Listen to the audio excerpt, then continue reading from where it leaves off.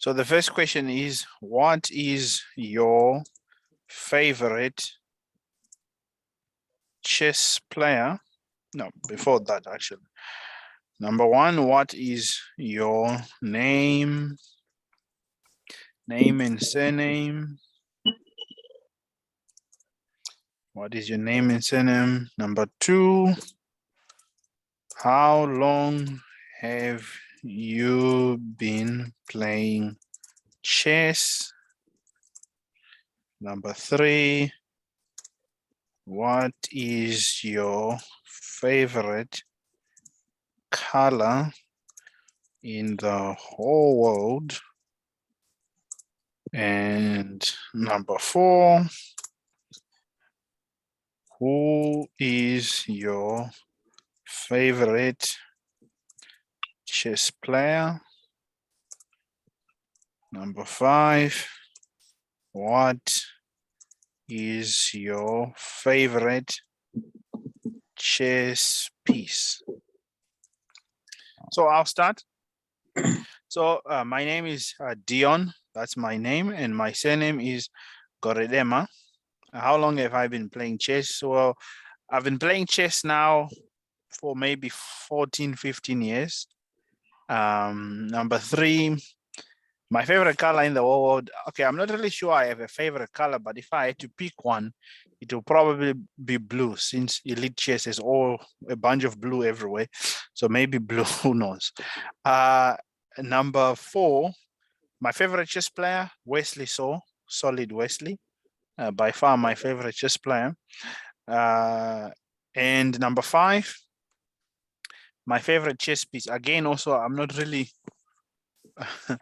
have a one particular piece, but just because of the jokes I throw with it, maybe it would be the rook.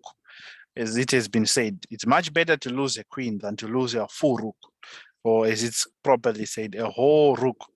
If you drop a whole rook down, I mean, you should really sit and consider if you should continue with chess. Yeah, you can't lose a whole rook just like that.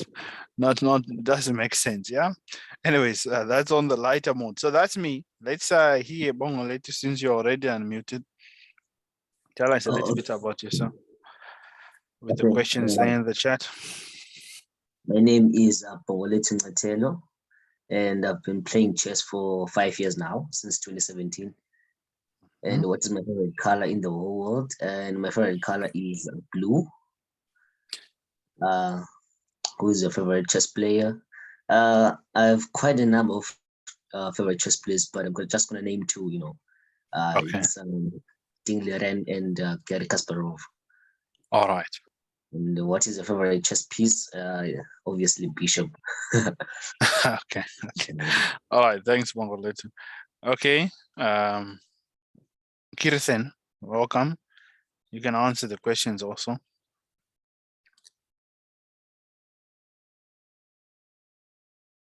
Kirsten, can you hear me? Hello, sir. Yes, hello. Yes. So I just joined late. Sorry. that's fine, not a problem. Yeah, you're welcome. We just started recently. We are just getting to introduce each other to know who's in the group before we get into all the work that is ahead. Can you see the questions I put in the chat? Let me check. Okay. I cannot see them. Oh, let me send them to you. Okay, Kirtan. Yeah, so those are the questions there I sent you now. Do you get the message? Oh, yes, I did. Yes. So just 5 questions so we can know you a little bit. Okay. So, what is my name? My name is Kirtan and my surname is Naidu. I've been playing chess for 6 years. My favorite color in the whole world is red. And my favorite chess player is Hikaru Nakamura. And my favorite chess piece is the knight. All right.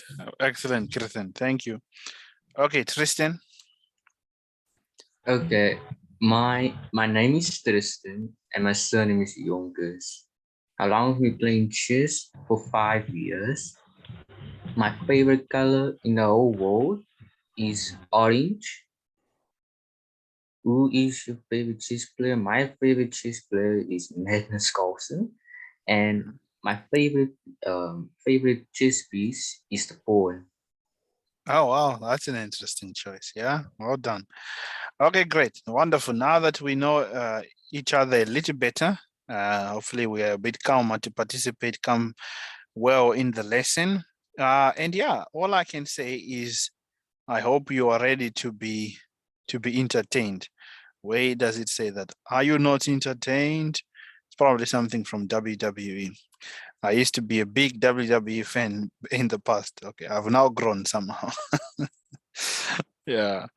Anyways, so let's start with that. We'll start with some entertainment, and there's going to be a lot of that in this lesson. The first one, I want you guys to think it is white to play in this position. What do you think is going on?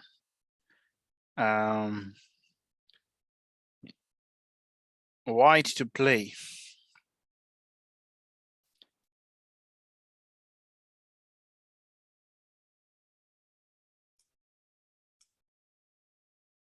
Think for a moment, and when you think you have an idea, you can raise your hand or unmute. Since it's just the three of you for now, we can just unmute. There's not too many of us, so we can't be too disruptive. But if the group gets bigger, we can raise hand to make sure we don't speak over each other. So think for a moment, white to play. White is going down, by the way. So if you can't see the numbers, this is the first rank, the second rank. Yeah. So black is going this way. What do you think is going on here? So I'll ask three questions. Number one, what do you think is going on in this position? Number two, who do you think is winning, losing, drawing? Or is the position winning, losing, or drawing? Is it better, slightly better, etc.? And number three, what is the plan to make your position better? If you are winning, how do you win the position? If you are better, how do you improve the position? If you are losing, how do you resign, really? If it's lost, you can just resign somehow. So think along those lines, and then when you're ready, unmute.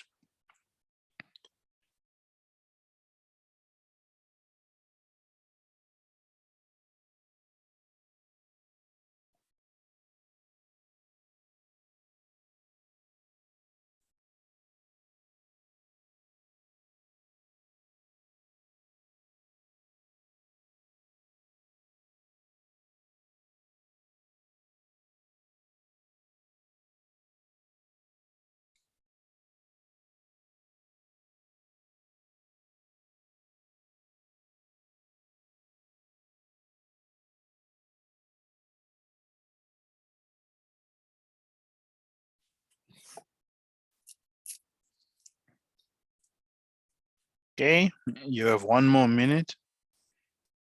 And then I'll start asking for responses.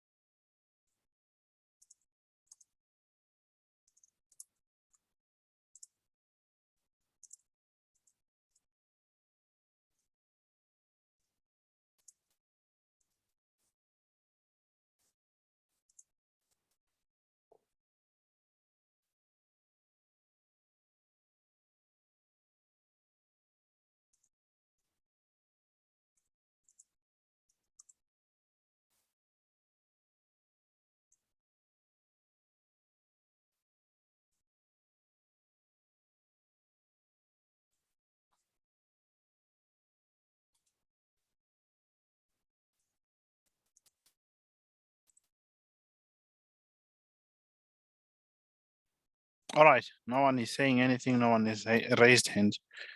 I've given you enough time to think. What do you think is going on?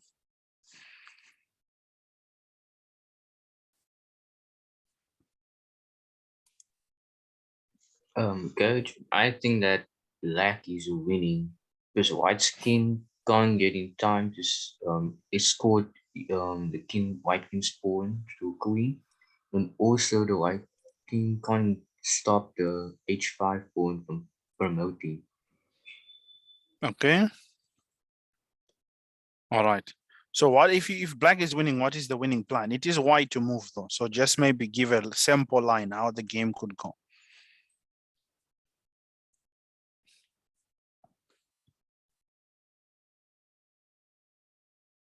Tristan, yeah, can you just give some example of how the game could go with maybe a variation, like, okay, a move that you are guessing that white can play and then the winning plan for black.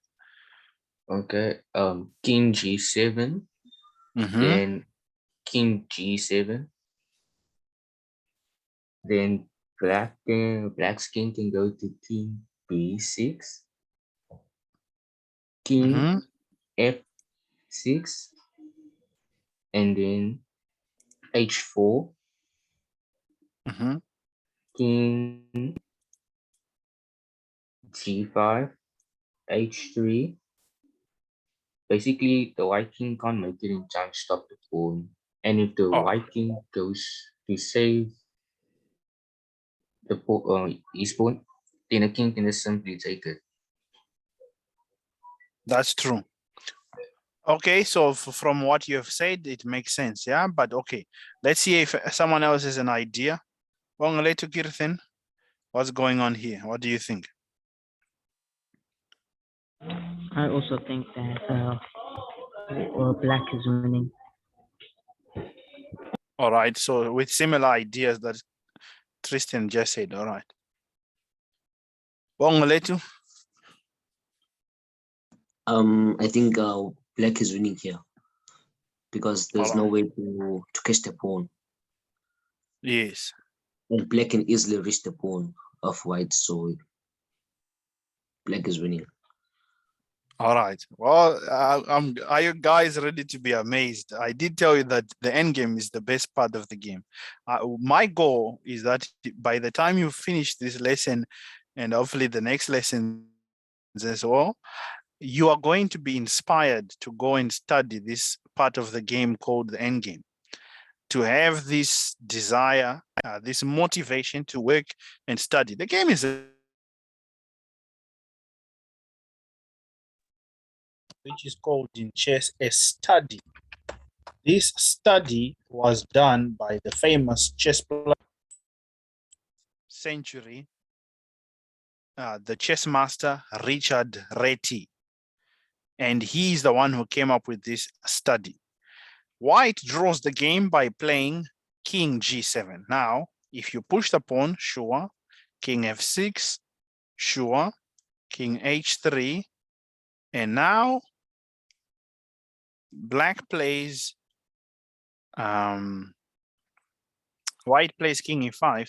And if you push the pawn, c7 is played. Now, white threatens to make a queen. Now, of course, you must stop him. And after you go, king d6. No, wait, I missed a move. Because now if you queen, now it's lost. Because now he queens and then king d7 doesn't work. I made a mistake. So I think on f6, if h3, you play here now, I think. Because, no, it can't be this one. Must have made a mistake, someone.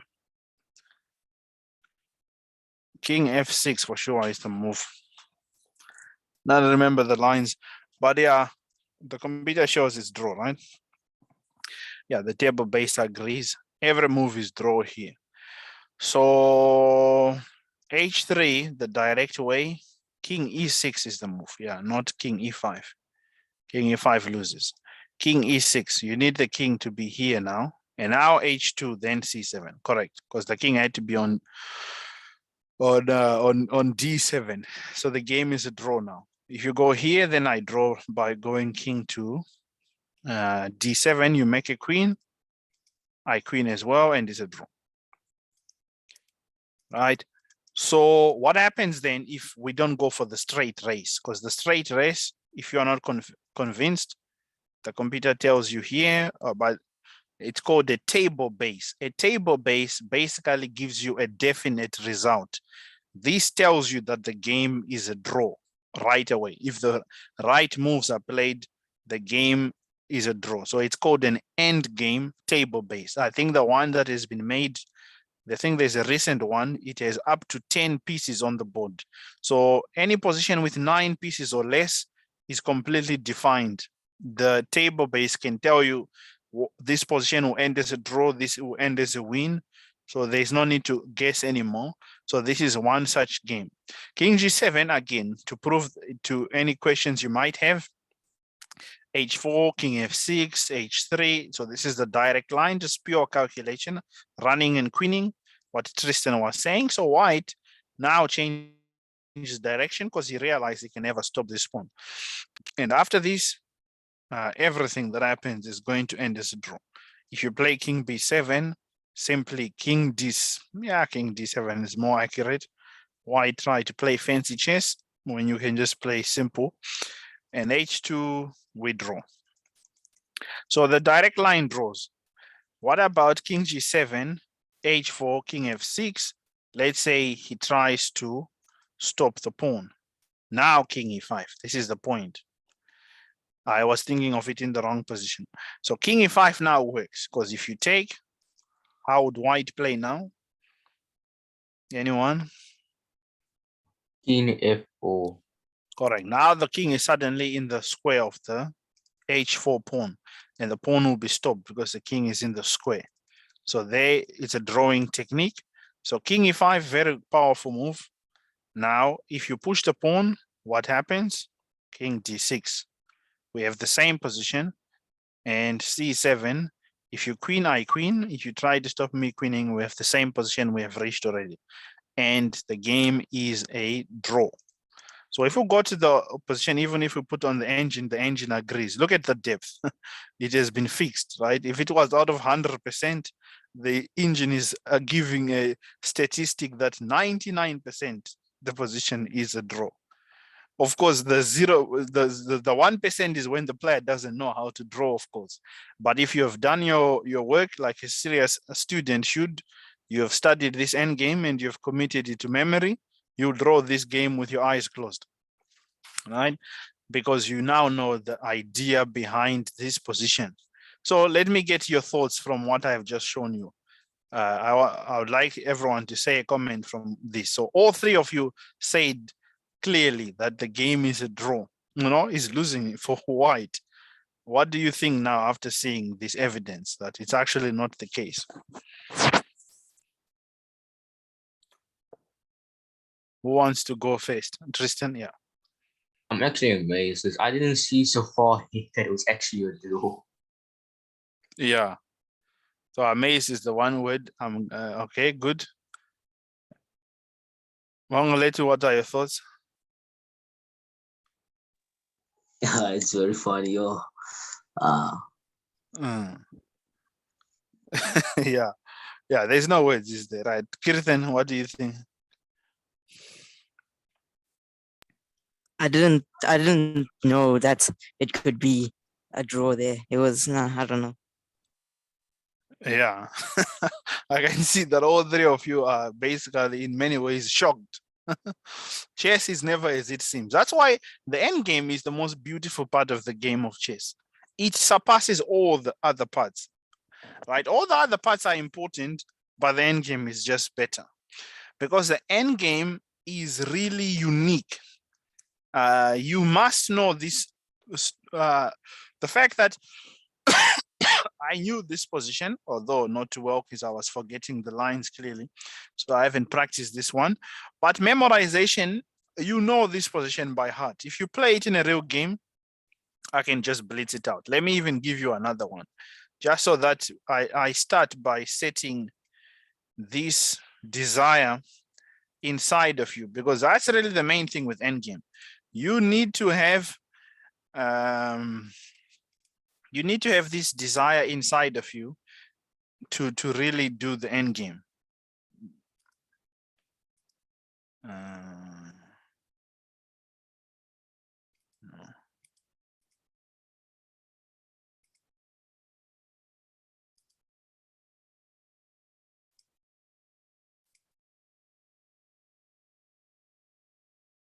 Okay.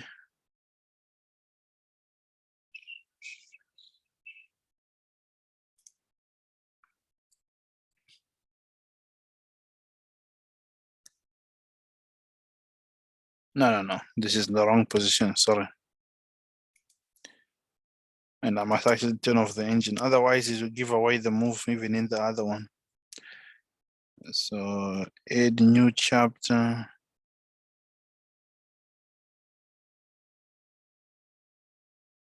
But actually what it's saying makes no sense.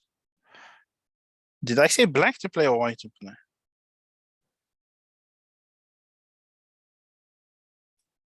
Okay, let's do it like this. Yeah, this is the correct position. Beauty of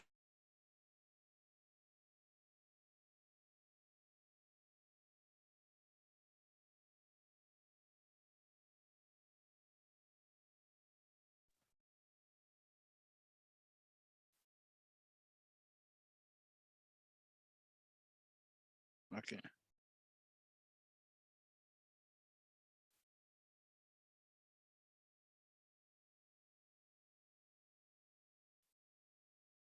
All right, so here, if it is white to play in this position, what do you think is going to happen?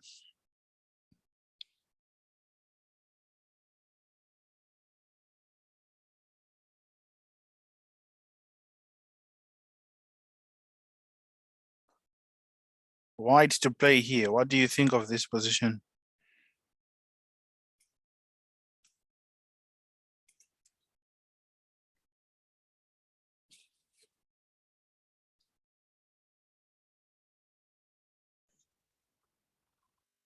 I think it's a draw because white will try to move away from the pin and try to promote.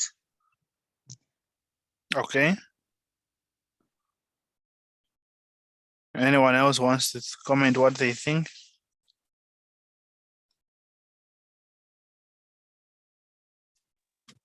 I think it's a draw. All right. Tristan, what do you think? I also think it's a draw. Okay, now everyone wants to play it safe after being shocked with the last example. Yeah, but this one is a draw, but there's an idea. So since all of you have said it's a draw, so that I don't just believe your assessment, what is the plan to draw? Obongo, let you say to try and queen, but is black going to allow you to queen though? What is the main drawing idea in this position?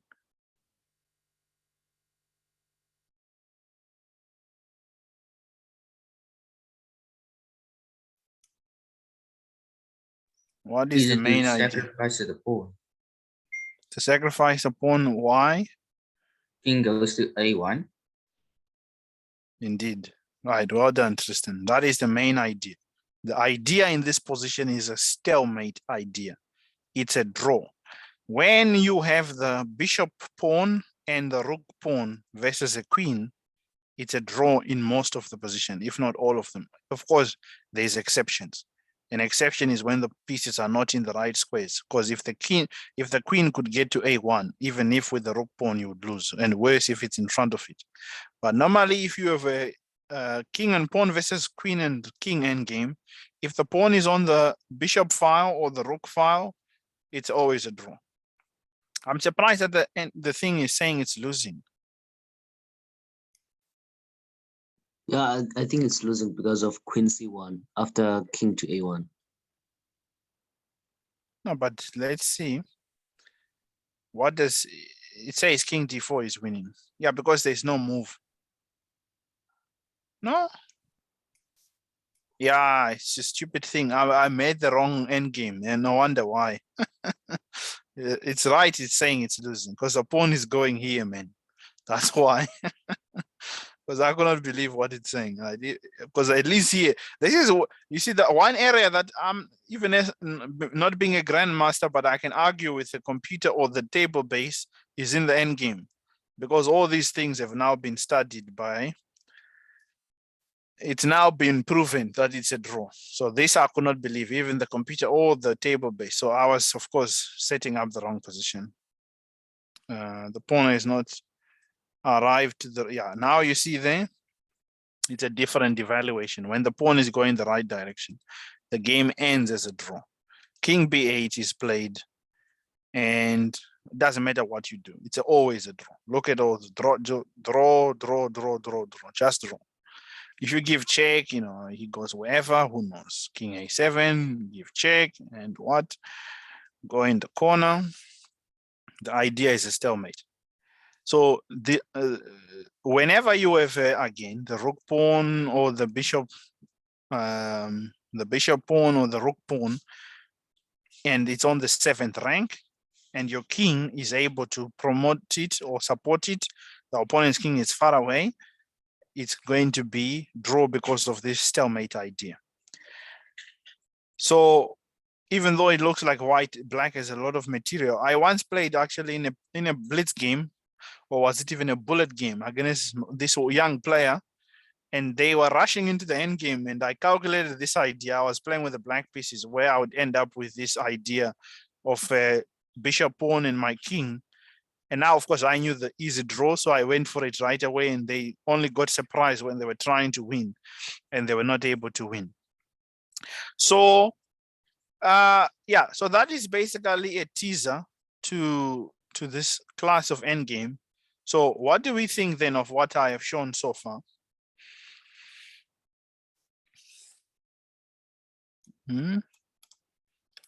What do you guys think of these things I have showed you?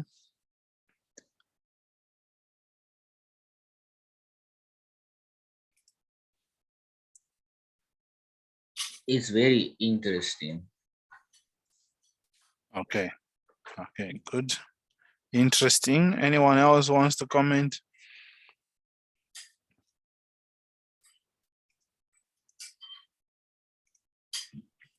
If you know the trick and the plan, then you when you think you're losing, you're not actually losing. Yeah, it wasn't a bit clear, but you said if you know the traps and the plans.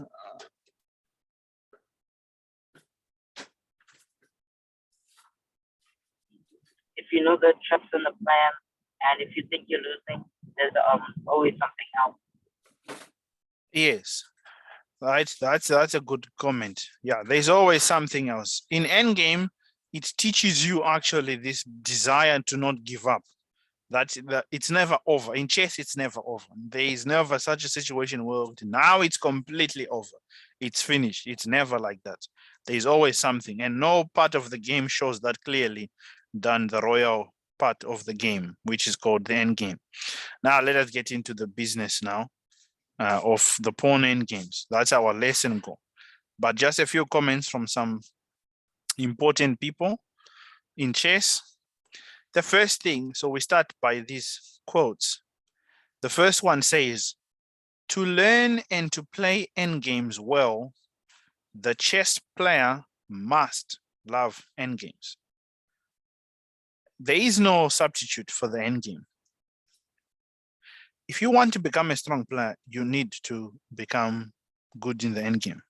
There is no option. You won't become better by just memorizing opening lines or just trying to go for tactics and tricks and trying to checkmate the whole time. It can work up until a certain level. You can probably beat everyone who's below 1500 doing something like this for a while, but not even but okay, yeah, for sure. At club level, you can get away with it even to until 1700. Because the reality is that many players don't study endgames whatsoever. They are completely ignorant of them. They don't even know that there's a whole world of chess called the endgame. They know a little bit, just a minimum, but the level is shocking. At club level, people play very bad endgames. Many times, the endgames that should be won are not won because the players don't study the endgame. They are obsessed with opening theory. They are obsessed with solving tactics, yay, puzzle rush, and all these kinds of things. But because they want to learn how to win quickly. So they do tactics and opening traps. But if you want to become a strong player, one of the main qualities you need to have is this desire that I'm going to outsit you. The reason Magnus Carlsen shocked everyone is that Magnus Carlsen would play on in a position like this.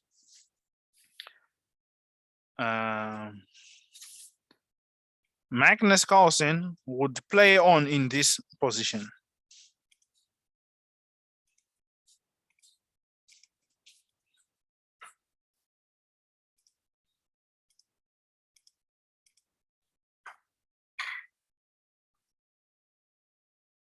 Yeah, let's even make a ridiculous example. This is a well-known structure in a rook endgame. It's dead draw. Like you can close your eyes and draw the game. But Magnus would play on. He kept making a move. He kept making a move. He kept making a move.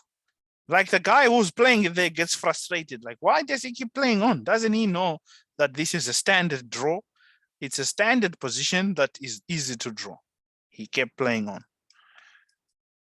He shocked everyone. The first time he really stepped on the scene, 2009, 2010, he simply outplayed people in positions where they should be drawing them. But he had this mentality, I'm going to outsit my opponent. He didn't care about winning quickly. He wanted to sit for as long as possible because he realizes that human beings make mistakes, right? That part of chess is that the game can only be lost if you make mistakes. If you don't make mistakes, you cannot lose to anyone. Not even a computer can beat you. But we know human players, we make mistakes every time. So Magnus would continue making moves until his opponent gets frustrated and makes some careless decision like this and end up going into a king and pawn ending that is actually lost. This is, of course, a dramatized version. This never happened in his games, but it was quite similar end games where they started to say, he brings water out of a rock because he would win in positions that are not winning. The engine would just be giving 0, 0, 0, 0. But he had this desire, I'll sit longer than the other guy. The other guy will get frustrated and mistakes will happen, and then they'll make poor moves because they want to prove that it's draw. And then they end up doing stupid things and losing. And now finally everyone is caught up. Now at the top level, people don't allow him to win like that anymore. So he brought the chess world to another level. The end games that are being played now are on a serious high level, especially at 2700 level. They play almost at computer level when they play end games because Magnus forced the other guys to start studying end games seriously. Magnus was not really a big opening theory guy when he started to go to the top, where he knew he would play like this almost every time, just knight f3, doesn't really care what black is doing. He doesn't study theory. He's not going to find some ideas to crush black or to ask questions from black, just makes normal moves, slowly outplays the guy. Plays a mid game position, all the pieces are developed, but then where he knows that he really wants to take the guy is the end game. And there he was chopping everyone. Like people could not believe it at some point. It was almost ridiculous. How does this guy keep winning positions on a draw? But Magnus has this desire. This is what he has that sets him apart. He loves chess endgames. And anyone who wants to become better at endgames must love the endgame. You cannot become good. And part of love, one of the meanings of love, because there's many, but it is part of loving something is sacrificing. Yeah. So you must sacrifice your time to really learn the end game. There is no way to become better at end game than actually studying them. And I'll recommend some books for you to learn because what you need to know about pawn endings can never be taught in one group lesson. Impossible. There's so much information here. But what I'll do is I'll teach you at a very practical level that at least after this lesson, you have some ideas and plans of how to handle pawn endgames in general. But the theory of pawn endings, like studying about opposition, triangulation, shouldering, all these kinds of things, I'll recommend some books and maybe I'll even share some books with you. Yeah. I'll see if I'm able to get books, but I would recommend at least some books for you to read so that you can become better at it. Usually any standard or book by Ave Bach, the endgame theory, essential endgame knowledge, etc. These are books that you must read. The theoretical endgames, you need to know them by heart. Those endgames I was showing you earlier on, I read them many years ago and studied them many years ago, but they never change. So that's also the beauty of endgames. You can master them. You read them once and you really practice, you know them for the rest of your life. The opening theory changes like the weather. It's like the weather changes every time. It's hot, it's cold, it's windy, it's sunny, everything. The opening changes just like that. The middle game a little bit less, but the middle game is quite complicated because it involves tactics, involves positional chess, it involves so many plans, there's so many dynamics that the middle game, but that's why really the victory between strong players is shown in the middle game and the end game. The person who has superior knowledge of the middle game and the end game usually outplays his opponent at stronger level when the players are at a stronger level. So, yeah. The other one is that pawn endings are to chess what putting to golf. Putting is just means to score the goal in that putt. Now you can be the best hitter of the of the golf ball, but if you cannot get it inside the putt, what is the point? So pawn endings are like that. There is no other chess endgame that happens more than pawn endings. At any moment, an endgame can go to a pawn endgame. So if you are not good at pawn endings, you are really exposing yourself to many painful losses in chess. So let's move on. Let me find out. What do you know about pawn endgames?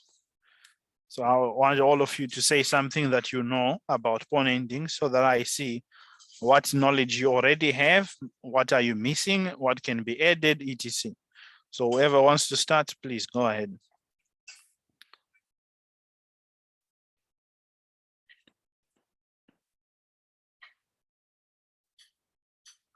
Okay, no one is unmuting. I assume that you guys know something about pawn endings. You do know something.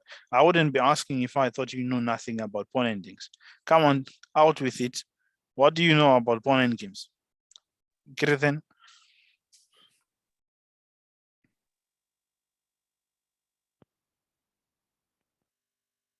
I can't hear you, Kirthen. You're unmuted, but there's no sound coming now.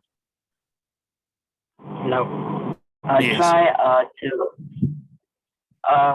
Try to stop all the pawns from getting to the 8th and the 1st rank because they're potential queens. Try to stop all the pawns from getting to the 5th and the 8th rank? The 1st and the 8th rank because they're potential queens. Oh, okay. Try to stop, you said. Yep. Okay.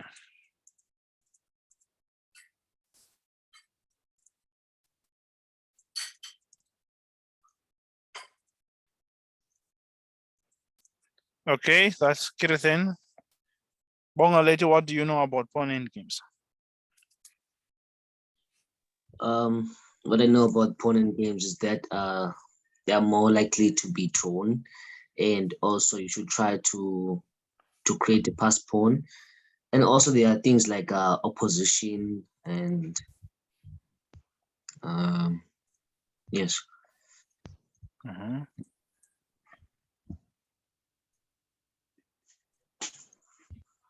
All right, thanks, Bonga later.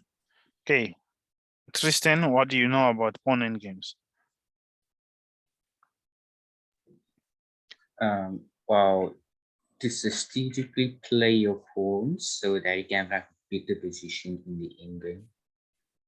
Okay.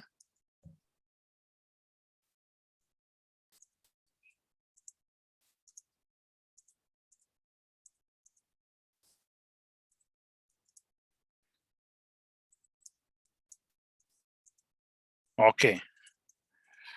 All right. So you guys do have some ideas, which is good. Yeah, this one Bonga later is not correct. Pawn endings don't usually end in draws. If anything, they are the ones that are lost more times than not, and they can be messed up more than the other ones. So this one doesn't apply for pawn endgames, but everything else is correct. Try to create a pass pawn, right? So this one is not correct. Pawn endings actually don't end in draws that often. More times than not, people lose the pawn endings. The pawn endings are very special. They require, number one, pay extra attention in pawn endgames. Number two, precise calculation is important in pawn endings. Number three, pawn structure is very important in pawn endgames, which is what Tristan said very well. When you learn about the importance of having a good pawn structure, no other part of the game exposes bad pawn structure than the end game. If in the middle game, you know, there were all kinds of feisty things happening, say this is the game that was happening, but in the madness of it, white trying to checkmate, made some crazy decisions and ended up giving themselves this disgusting pawn structure, but the mate never worked, you know. Okay, maybe like this. And black somehow survives all the madness, but at least affords to keep. So that's 4. That's so we need the 7th pawn. Where do we put it? Let's say here. And then let's throw king somewhere. Now, white trying to go for gung-ho chess, trying to win with checkmate. His opponent was able to fight off all of that attack out of the opening and the middle game. And now they have reached a pawn end game where white can resign right away. And this is perfectly allowed to resign in this position. That position is horrible. For one, black already has a protected pass pawn, which is what Bongoletu and I think Kirthen said to some level. This is the #1 plan in every chess endgame. Try to create a pass pawn. Every endgame you play has one common plan.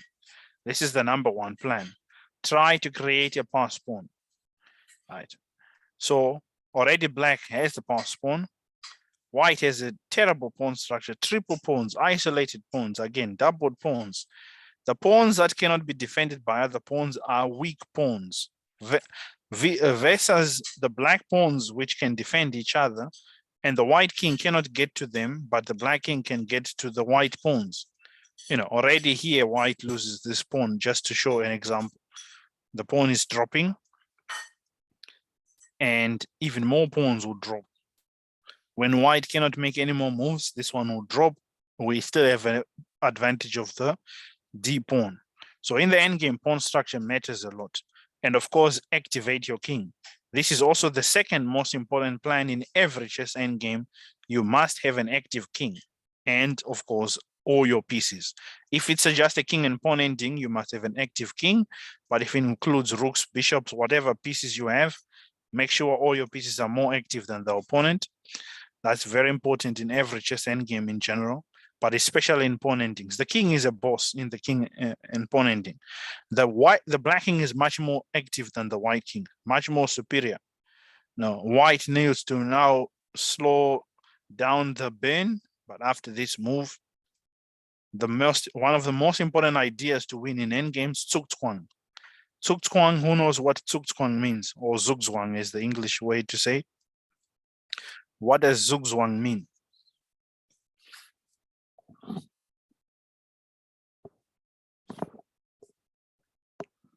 Who knows what Zugzwang mean?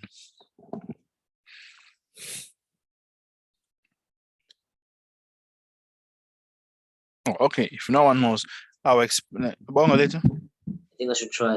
It's when you force your opponent to defend on the other side, then you attack the other side. Close. That is a principle of 2 weakness. You have one weakness that side, then you attack on the other side. But Zugzwang or Zugzwang, so this is the word. Yeah, this is the third most important thing in every endgame. Zugzwang means a forced losing position. That's basically what it means in English. Zugzwang means a forced losing position. Now, basically what it says is that If white could not move again, he would keep saying, I pass. I give you my turn to play. It's your turn to play. No, I pass. I want to stay right here where I am. I'm not moving anything. I don't want to change anything. You keep making the moves, right? That's what white would prefer, because any move that white makes loses the game right away. That's what's called putting your opponent in zugzwang. A simpler example is this one. In a pure king and pawn endgame,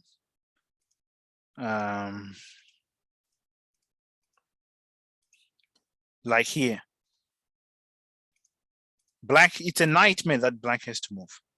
If black has to stay right here, I passed. I have moved enough. I want to just stay here. Thank you. White, you can make any move you want. Black would be very happy with life if the king can stay here forever. But now he has been put in zugzwang because the white king would have moved from c6 to d6, taking the opposition. Now, the reason the opposition is important is that it pushes your opponent back and it allows you to move forward and enter control key squares. So the key square is D8. So we need our king to be either on these two squares to control them. So we take those squares by opposition. If the king goes to the left, we go to E7, and now it's GG's. So that's what zugzwang means. You must always try to put your opponent in zugzwang, where the opponent has no option but to make a losing move.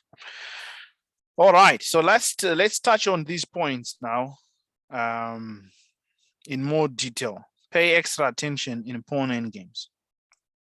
The first one, let's see. Okay, I need to remove this. So this one, what do we think will be the result of this endgame? If it is white to play? White will win. Okay. Yeah, white wins. All right. Okay. Also say So- that white win. All right, good. So I'm going to challenge Tristan to this endgame. You say it's winning. I'll play with black. You play with white and try to win. It's white to play. What would you play?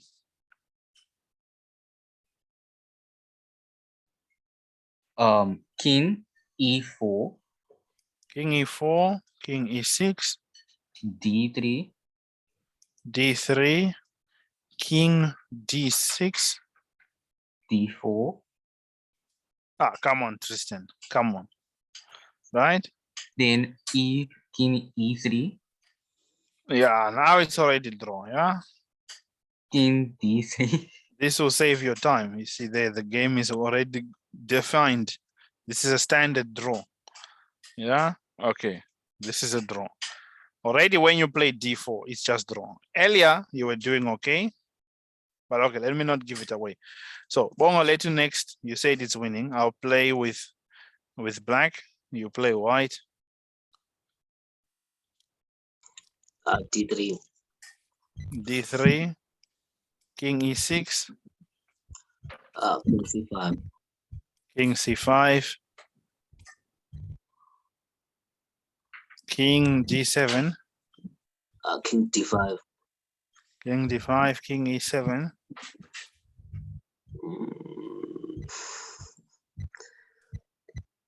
D4. D4. King to D7. I've messed up. Yeah, now it's already draw again. Just draw. You guys like giving draws, yeah? It's but it's part of it, you see. One of the things I was when I was preparing for this lesson, which book is it? I think it's this one. That I'll quickly draw your attention to is, and this is a common mistake. It's on the second point about precision, I think it was.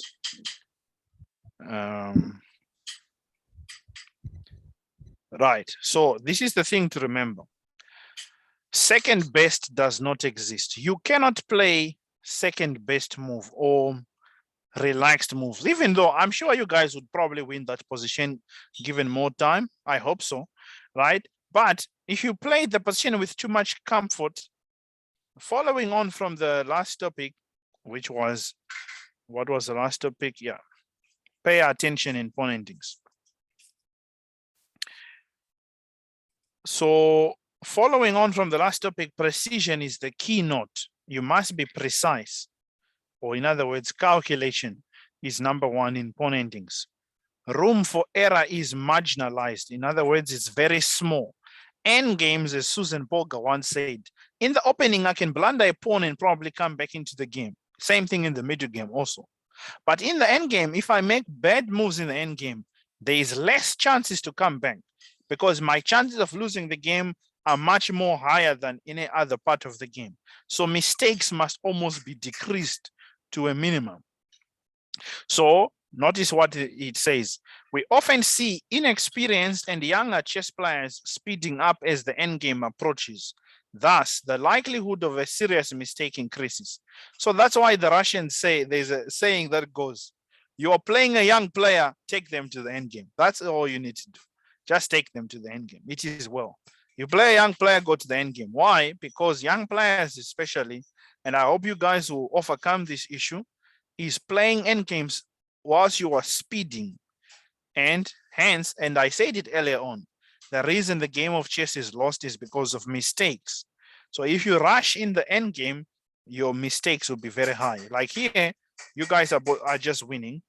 If you just, because as you see, the position is winning. I'm not making it up. D3 was correct by Bongoletu. King went here. Now you made the correct move. Going forward, taking the key squares because you want the pawn to go there. Now, I played this move because that's the only way to try to find tricks. And now you found the right way, take opposition. You want to take opposition to make sure your king keeps pushing the other one back and your king goes forward. You want to get to the key squares where the pawn promotes. So now this king goes here, you just continue with the same move. The king can never come this way because it won't get there. Even if it tries, you just go here. Now he has to move back again. And after this, it's simple. The opponent can resign, yeah? Because if they go here, okay, unfortunately, we must come back. And then, so maybe go this one. And now, doesn't matter where he goes. If he goes here, now you just take opposition again. Key square is what we want, so the pawn can be promoted. Wherever he goes, then it resigns. But this needs to, you need to be precise. You need to do it very careful. This must be understood. Pay extra attention in pawn endings, and precision is very important. In fact, if you want to become better at calculation in chess, study pawn endgames, because one of the main things is that pawn endings actually, that's why I had to remove that point later about that they are likely draws. Not always the case. Pawn endings are lose more often than not because players don't want to calculate. In fact, pawn endings, you must never rush into a pawn ending without knowing. That's what the endgames book teach. Don't go into a pawn endgame if you don't know what is going to be the final result. Is it going to be a win? Is it going to be a draw? Is it going to be a loss?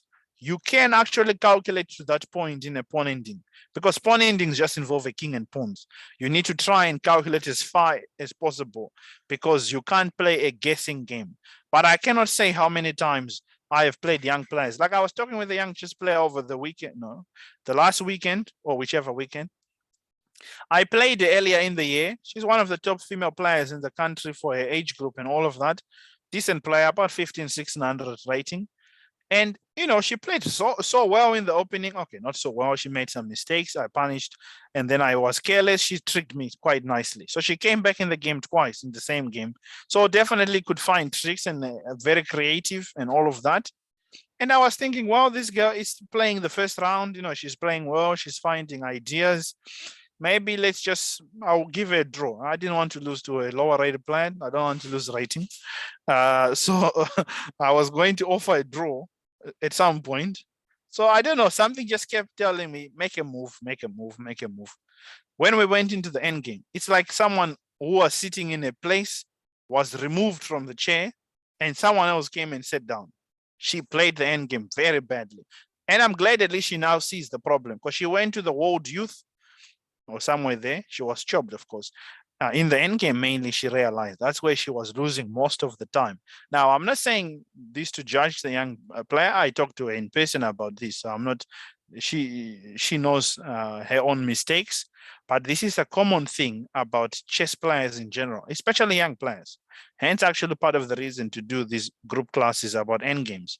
You guys need, if you want to become better at chess, invest time in the end game. The time you invest in the end game, you'll never regret it.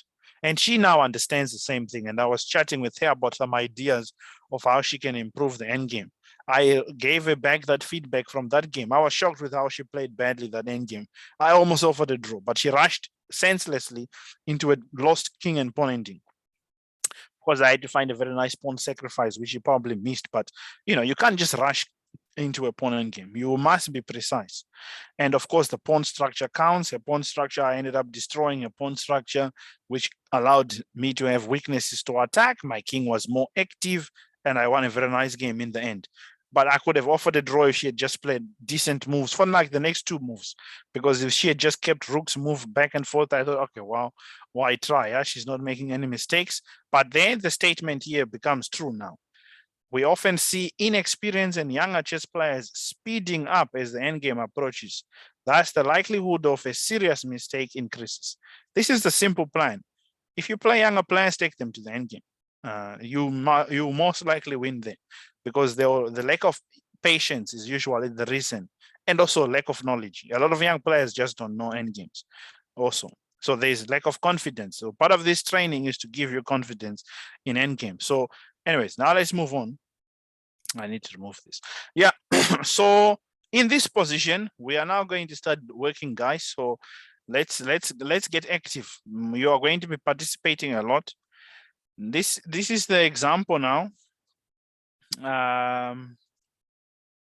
Okay. Think for a moment. Sorry. I want to delete this. It's white to play. Think for a moment. Is it winning? Is it losing? Is it a draw? You must always know what is the situation in a king and pawn ending. Winning, losing, drawing. And whatever evaluation, whatever judgment you come to, winning, losing, drawing, how can it be done? What are your plans, or what are your plans, and how can you improve your position? Quickly, we need to move fast. We only have about 20 something minutes left. So you need to move a bit quicker. So think, come up with an idea, and let's see what you think.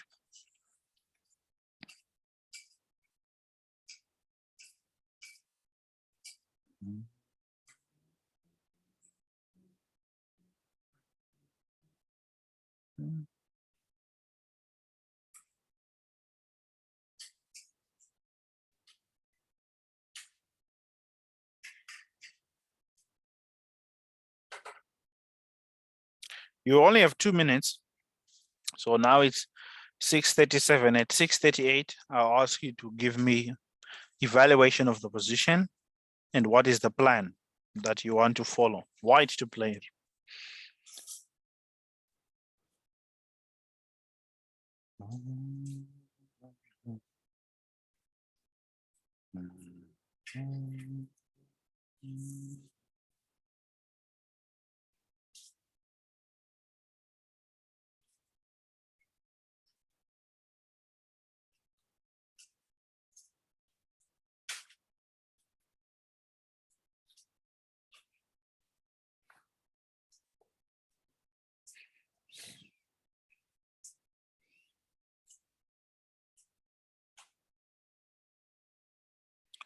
All right, it's 16:38.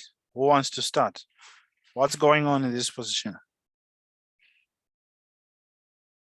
16. It's 18:38, 6:38. Who wants to give me what they think is happening here? Your thoughts?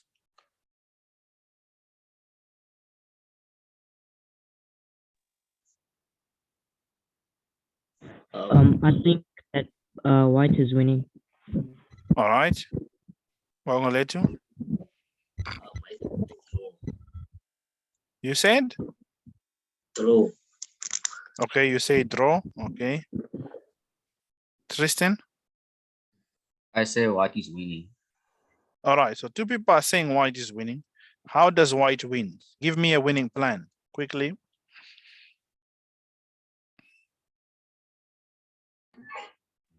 King goes to c4, then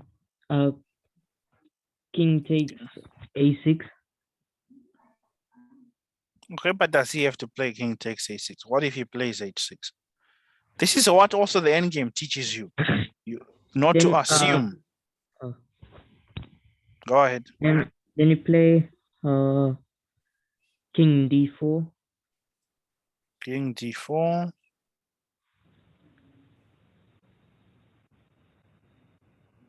Okay.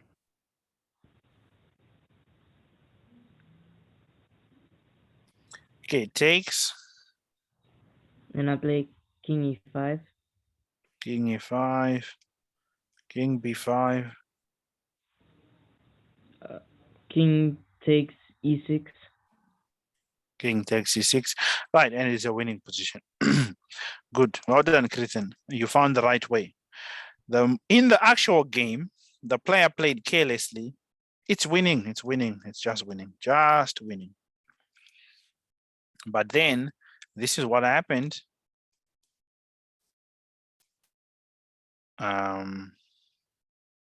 Maybe the moves now, I don't remember them too quickly. White messed up the game somehow with what? I should have loaded the moves actually. But basically, white ended up throwing away the game. Let's just go back to the game so we can see it. Instead of winning the game, so this is the position you were looking at on leeches. So white thought the position is just winning. White played king e4, king a6, king e5, and king b5, king f6, king c4, king g7, king d3, king h7, king e2, king g6, king takes f2, h4, and then e5, king f5, king f3, and that's the draw. So if you are not following, so king f6, king d4, king g7, and what was it? King d3, king here. Wait, why was the pawn on e5 not taken? You must have made a mistake, huh? Because here the pawn was still on e5. So king e5, that's a bad plan, very poor. That's why even though he didn't play the most precise move, but this is a mistake. He didn't even take the pawn. He played this bad move. And now he allowed this to happen.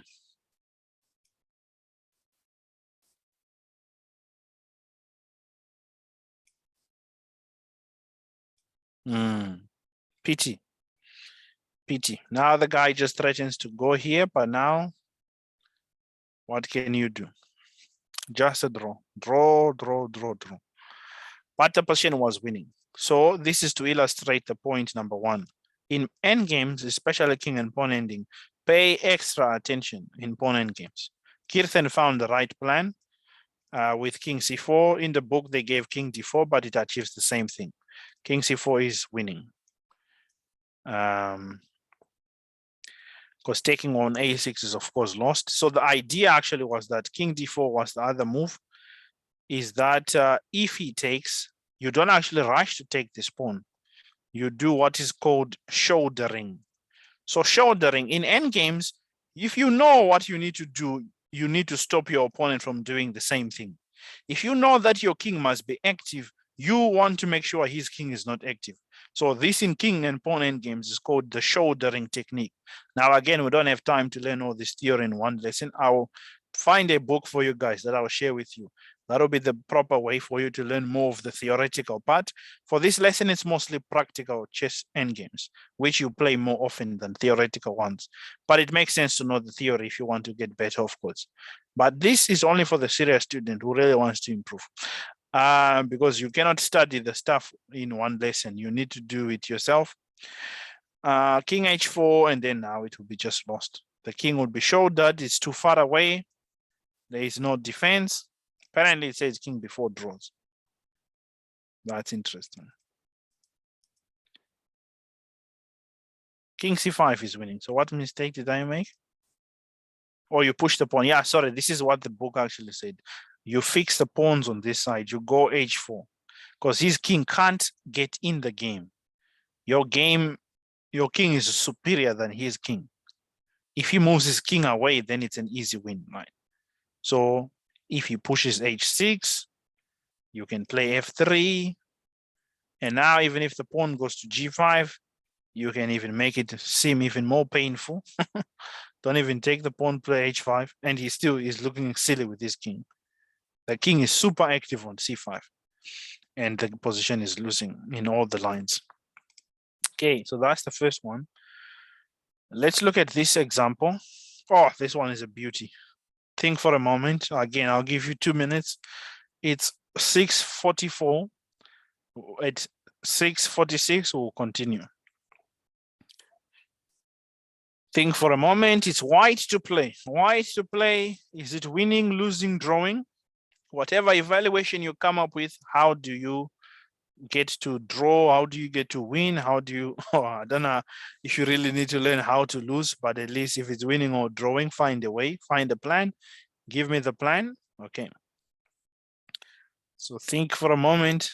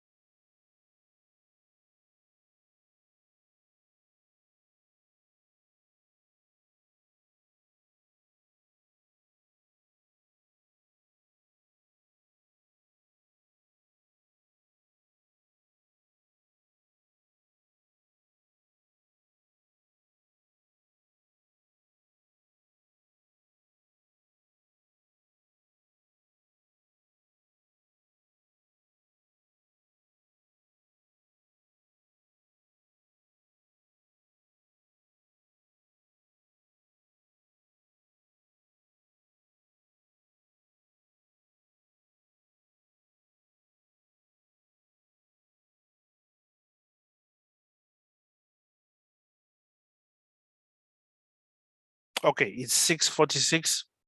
What do you think? White to play. I think that it's a draw. Okay, so what is the drawing plan? So king goes to c2. And then king Then a5.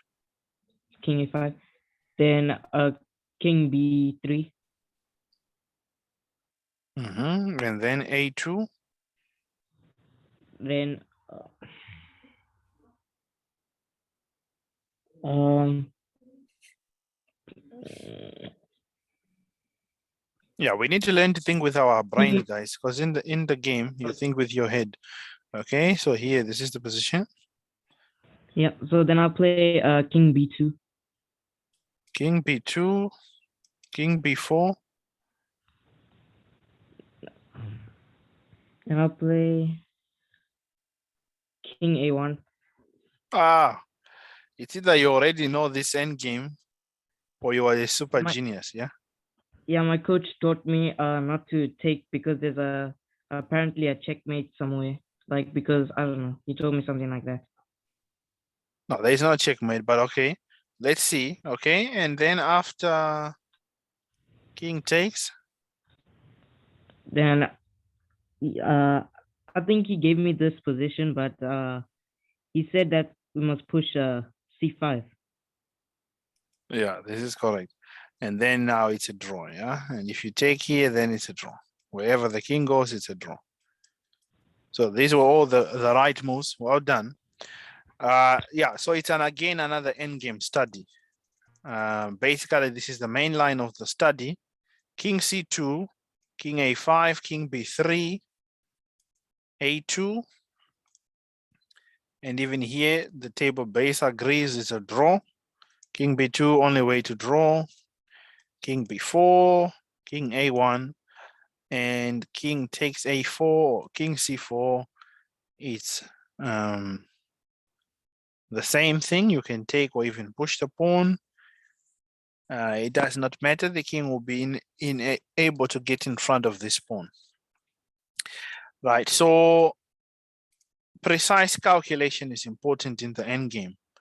Right. If you don't calculate precisely, now this was a long line to calculate, but you basically would have needed to calculate from this position before you even go king c2. You need to really be sure that this plan will work. King c2 is the only move. So endgame requires precise calculation. Okay, let's go. So this I just need to edit it. It's making the positions look ugly. It's a random thing there. Beauty of endgames 1. No?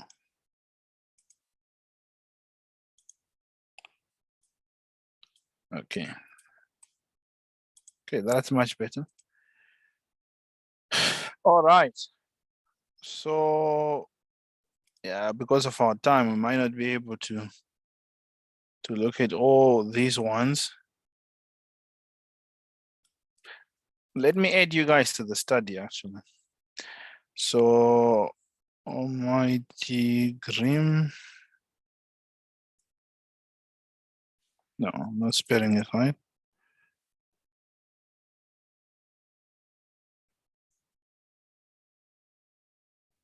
Wait. How do I spell it, Bongoletu? It's the Almighty Grim. It's where? The Almighty Grim. THE. Oh, yeah. Sorry.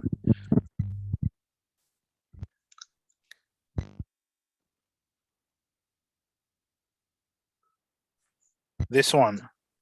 The second one is. Yeah. All right.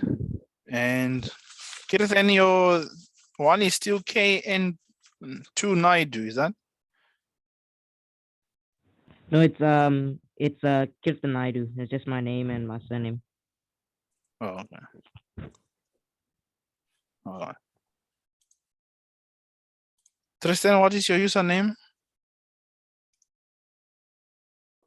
What is that? It is Old Crush Road. Old Crash Road. Of course, how can I forget that? I've commented on your game so much now. All right, there we go. But when I asked it, then it came back to mind. All right.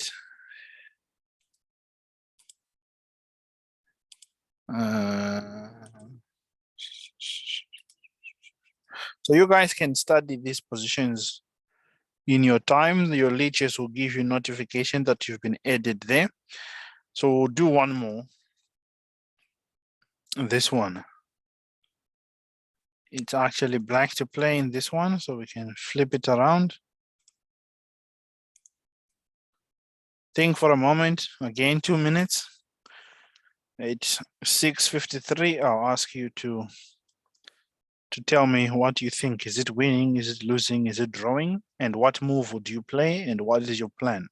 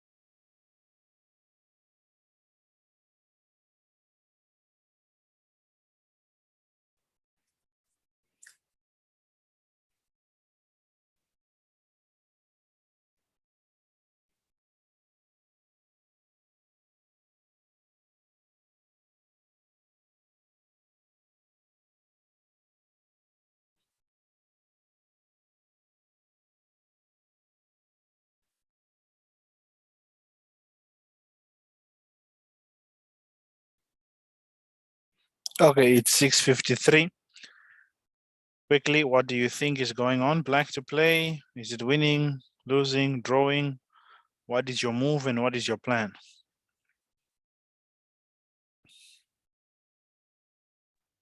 I think that black is winning. Okay, so what is your move and your plan? My move, I'd say F6 because Okay. I'll play F6 Why F6? because I was also thinking of H6, but then I found out that the pawn can white pawn can move to F6. Then if G takes F6, then he can play F4, and then he can have a break with the 3 pawns against these 2 double pawns. Okay, so after F6, G5. Then F takes G5. F takes G5, and then you can start to cry, right? Yeah. Isn't this losing now? Okay, you are lucky that the king comes into the square because it would have been losing, yeah. But yeah, F6 is the correct move. So in a real game, this was played between a former world champion Emmanuel Alaska. He was playing with the white pieces. He blundered as well and his opponent made a blunder. He played H6, which was a big blunder, where white just could find a typical pawn break with G5. And now the opponent is in trouble, right? Because if you take here, now F6 is winning. Because if you take, then this pawn is going to run down. So the typical pawn break, when pawns are on the same lines, but actually they still break through. Now, of course, one could say, why not make such a move? You know, why not play F6?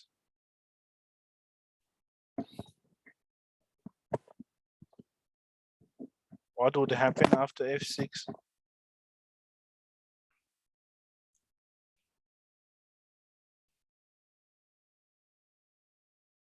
No, it can't be H5 actually. Yeah, there's too many pawns. How many? 1, 2, 3, 4, 5, 6, 7, 8, 9, 10. Okay, yeah, they don't have this one yet. There's still 10. Because usually it would give a definite result if it was 9.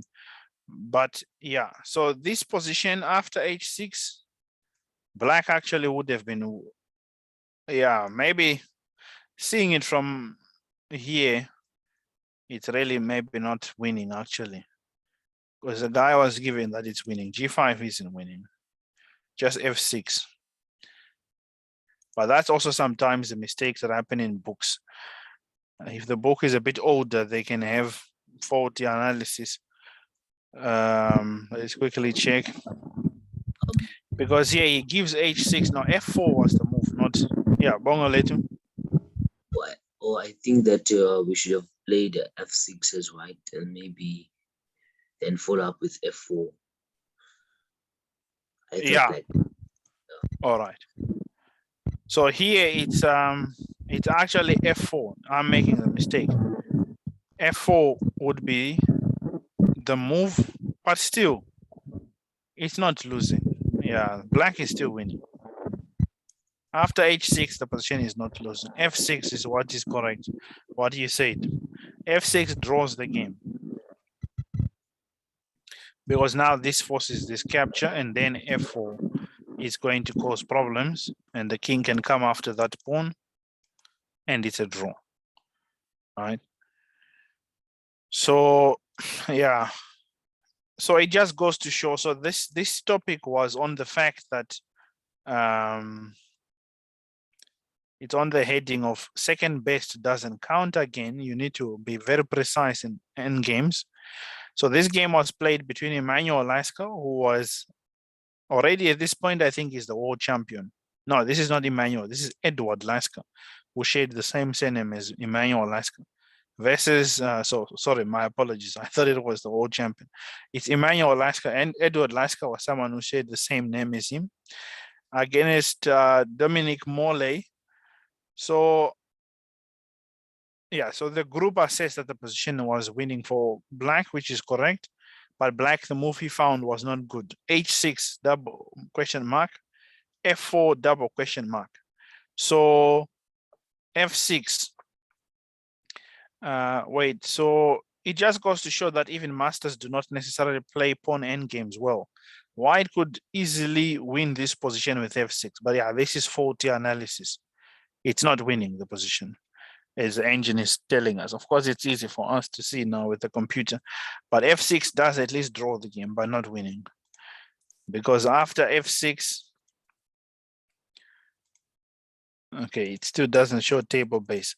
After f6, the breakthrough, taking f4, white can't win here with correct play, of course. But it's easier to see when the computer tells you, but when you're playing in a real game, it doesn't look pleasant because this threat is always hanging. But nevertheless, for today, I think we have covered the main topics that I wanted to teach you about pawn endgames, especially practical pawn endgames, because there are two types of endgames in chess. There is theoretical endgames and there is practical endgames. So the theoretical endgames is the ones that I was saying to you guys. I'll try to see if I can find books that I can, okay, maybe at least one book that I can share with you guys that you actually invest time to read endgames theory, because you can never regret reading endgame theory. I would advise you to spend more time learning endgame theory than learning. In fact, maybe what is even better, since it's the 21st century now, 100 endgames you must know. I think there's a Chessable course. Is it a free course though? But I'll get you guys some material to practice the theoretical part, because that's the part that takes more time than the practical part. Happens more because it's when we play tournaments. You need to know the right thinking in the end game. So these 4 points we highlighted about pawn end games essentially. So yeah, okay. I've talked too much. I'll give room to the group. What did you guys think of this session on pawn end games?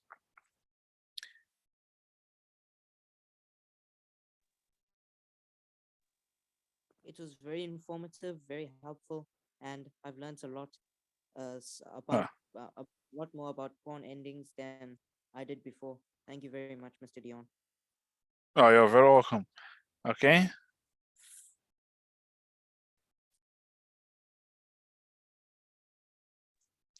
Kirthan, Bongoleto, what did you take away from this lesson?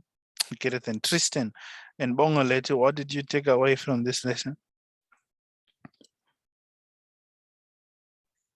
The endings are very interesting, of course, and I've learned some few things, just like to precisely calculating the end game, and also, yeah.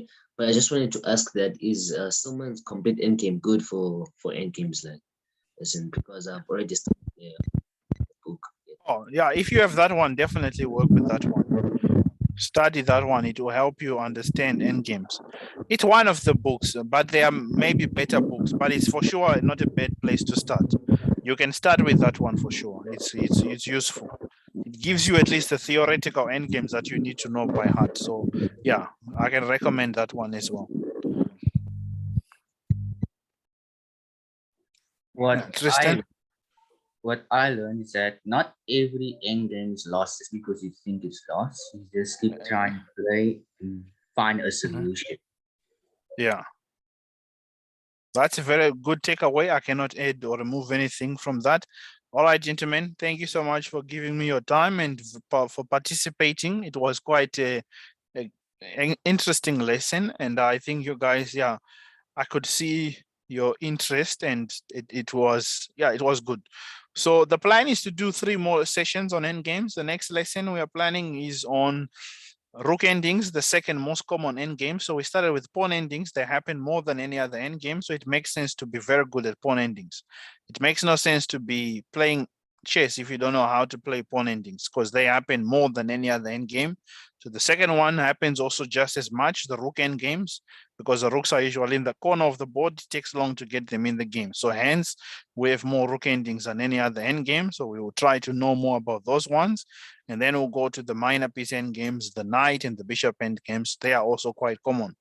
Yeah, so the other ones, I don't really cover the queen or the king ending, although we might mention here and there some ideas about it, but they are less common, but at least maybe just some principles.